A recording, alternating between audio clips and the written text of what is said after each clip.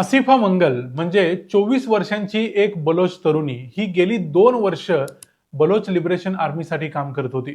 मागच्या 2 दिवसापूर्वी ती नोशकी या शहरातल्या पाकिस्तानच्या एका आर्मी बेसच्या जवळ गेली. तिथं जाऊन तिनं पाकिस्तान सरकारला, पाकिस्तानच्या मिलिटरीला अनेक शिव्या दिल्या. हे सगळं केल्यानंतर तिनं तिच्या शरीराला लावलेला जो बॉम्ब होता त्याचा ब्लास्ट केला आणि या हल्ल्यात पाकिस्तानच्या मिलिटरीचे जवळजवळ 50 लोक मारले गेले. आसिफा मंगलनं जो केलं याला म्हणतात फिदाईन अटॅक. अशाच पद्धतीचा एक सुसाईड अटॅक आणखी एका मुलीनं बलुचिस्तानमध्ये घडवून आणला.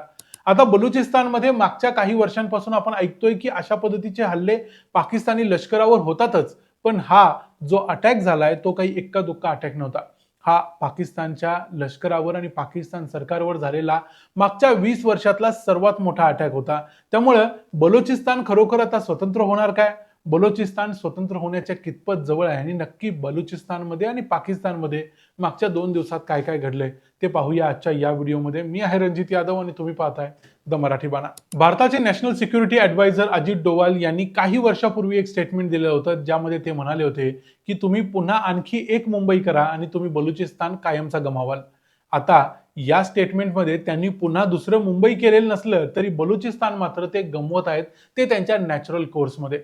बलुचिस्तान लिबरेशन आर्मी जी या बलुचिस्तानमध्ये मोठ्या प्रमाणावर कंट्रोल करते, या लिबरेशन आर्मीनं काही दिवसापूर्वी ऑपरेशन हेरॉफ 2.0 चालू केलाय. या ऑपरेशन हेरॉफचा अर्थ बलुच शब्द आहे तो, त्याचा अर्थ होतो ब्लॅक स्टॉर्म म्हणजे काळं वादळ. या ऑपरेशन हेरॉफ अंतर्गत 14 वेगवेगळ्या शहरांवर बलुचिस्तान मधले हल्ले केले गेले आणि हा हल्ला जवळजवळ 48 तास चालला. यामध्ये बलुचिस्ताननं मोठ्या प्रमाणावर ही सगळी शहरं कंट्रोल केली आणि याशिवाय बलुचिस्तानमधली अनेक शहरं त्यांनी आपल्या ताब्यातच ठेवली. बलुचिस्तानमधली क्वेटा, नोशकी, मस्टंग, दलबदीन, कलात, खरान आणि ग्वादर अशा अनेक शहरांमध्ये, ही फक्त मी 5-6 नावं सांगितली, अशा अनेक शहरांचा कंट्रोल BLAनं आपल्याकडे घेतला. यामध्ये एक इंटरेस्टिंग गोष्ट अशी झाली की नोशकीचे जे डिस्ट्रिक्ट कमिशनर आहेत त्यांनाच BLAनं कैद केलं, अरेस्ट केलं, आपल्या ताब्यात घेतलं आणि त्यांचा व्हिडिओ केला. त्या व्हिडिओमध्ये या माणसानं सांगितलं की मी आता सध्या BLAच्या ताब्यात आहे आणि संपूर्ण नोशकी हा जिल्हाच सध्या पूर्णपणे BLAच्या कंट्रोलमध्ये आहे. त्यामुळे बलुचिस्तान लिबरेशन आर्मीनं एक प्रकारे त्यांचं पाकिस्तान बरोबर किंवा पाकिस्तान सरकार विरुद्ध युद्ध चालू आहे, कारण पाकिस्तान सरकारनं चुकीच्या पद्धतीनं बलुचिस्तानला आपल्या कैदेत ठेवलंय किंवा बलुचिस्तानवरती हल्ला केलाय, असं गेल्या जवळजवळ 70-75 वर्षांपासून बलुचिस्तानचं म्हणणं आहे. या बलुचिस्ताननं केलेल्या हल्ल्यांच्या मध्ये पाकिस्तानचे अनेक पोलीस स्टेशन्स, पाकिस्तानमधल्या मिलिटरीचे बेसेस, त्यांचे ट्रेनिंग कॅम्प्स, याशिवाय त्यांचे जे कॉन्वॉय जे इकडून तिकडे जात असतात, अशा सगळ्या ठिकाणी IEDचे ब्लास्ट केले गेले. म्हणजे जे काही एक्सप्लोजिव्ह डिव्हाइसेस असतात ते बसवले जातात, जेणेकरून तिथून जर एखादं वाहन जात असेल तर ते वाहन उडवलं जातं. अशा पद्धतीचे हल्ले संपूर्ण अनेक शहरांमध्ये केले गेले. आतापर्यंत BLAनं असा क्लेम केलाय की त्यांनी 200 पाकिस्तानी सैनिकांची हत्या यामध्ये केलेली आहे आणि पाकिस्तान सरकारनं म्हणलंय की आम्ही जवळजवळ 145 BLAच्या लोकांना, म्हणजे BLAच्या दहशतवाद्यांना, अर्थात पाकिस्तानचे लोक त्यांना दहशतवादी म्हणतात, आपण त्यांना बलोची असं म्हणायचं. पाकिस्तान सरकारनं क्लेम केलाय की आम्ही 145 बलोचींना मारले.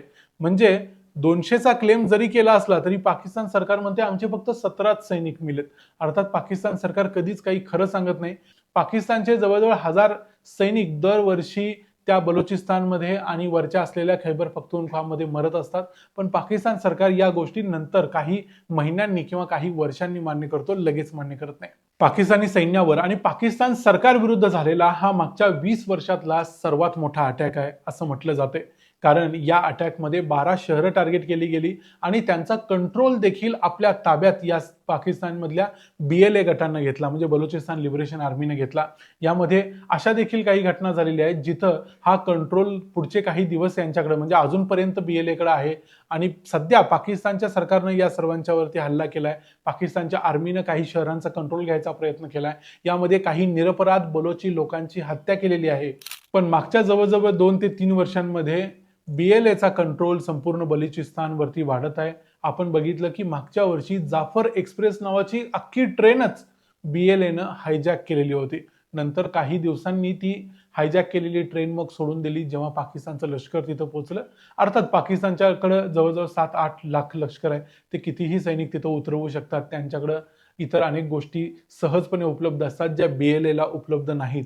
पण तरी देखील BLAनं मनात आणलं तर बलुचिस्तानमध्ये ते काहीही करू शकतात, अशी त्यांची ताकद आहे. BLAनं तिथल्या बलोची लोकांना देखील अपील केलेलं आहे की तुम्ही पुढे या आणि BLAच्या लोकांना म्हणजे BLAचे जे काही हे सगळे सैनिक आहेत त्यांना मदत करा. आणि अशी मदत बलुचिस्तानमधले सामान्य लोक करतायत कारण त्यांना पाकिस्तानपासून स्वातंत्र्य हवं आहे.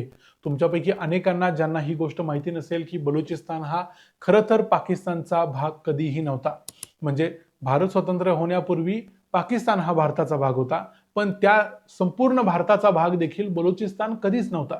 बलुचिस्ताननं स्वतंत्र राहण्याचाच निर्णय घेतलेला होता, पण मोहम्मद अली जिन्नांनी 27 मार्च 1948ला बलुचिस्तानवर हल्ला केला आणि बलुचिस्तान पाकिस्तानला जोडून घेतला, जी खरं तर एक अतिशय अक्षम्य अशी चूक होती मोहम्मद अली जिन्नांनी केलेली. कारण त्यानंतर मागच्या जवळजवळ 78 वर्षांमध्ये अनेक हल्ले या बलोची लोकांनी पाकिस्तानच्या सरकारवर, पाकिस्तानच्या मिलिटरीवर केलेले आहेत. त्यातला मागच्या 20 वर्षातला सर्वात मोठा हल्ला झालाय. त्यामुळे पाकिस्तान या बलुचिस्तानमधून आपला कंट्रोल हळूहळू गमावतोय. भलेही त्यांनी अमेरिकेकडे मागणी केलेली आहे, अनेक आंतरराष्ट्रीय संघटनांमध्ये मागणी केलेली आहे की बलुचिस्तानला तिथल्या BLAला दहशतवादी संघटना ठरवा वगैरे वगैरे, पण तरी देखील या संपूर्ण भागाचा कंट्रोल पाकिस्तान गमावत आहे आणि कदाचित येणाऱ्या काही वर्षांमध्ये BLA संपूर्ण कंट्रोल या बलुचिस्तानचा घेऊ शकेल. तर बलुचिस्तानमध्ये चाललेल्या या अटॅकची ही आहे गोष्ट. बलुचिस्तान खरोखर भारताचा भाग होईल का या प्रश्नाला काही अर्थ नाही. बलुचिस्तान जर स्वतंत्र झाला तर तो स्वतंत्र देशच राहील, पण सध्या तुर्तास लगेच असं काही होणार नाही कारण अजून देखील पाकिस्तानच्या आर्मीकडे बरीचशी स्ट्रेंथ आहे. पण या गोष्टीला वेळ लागेल, पण ही गोष्ट होऊ शकते एवढं नक्की आपण म्हणू शकतो. या व्हिडिओमध्ये इथंच थांबूया. याबद्दलचे तुमच्या काही प्रतिक्रिया किंवा प्रश्न असतील तर ते कमेंट्समध्ये जरूर सांगा. व्हिडिओ आवडला असेल तर व्हिडिओला लाईक करा, चॅनलला सबस्क्राईब करा. पुन्हा भेटू पुढच्या व्हिडिओमध्ये. तोपर्यंत पाहत राहा द मराठी बाणा. जय हिंद, जय महाराष्ट्र.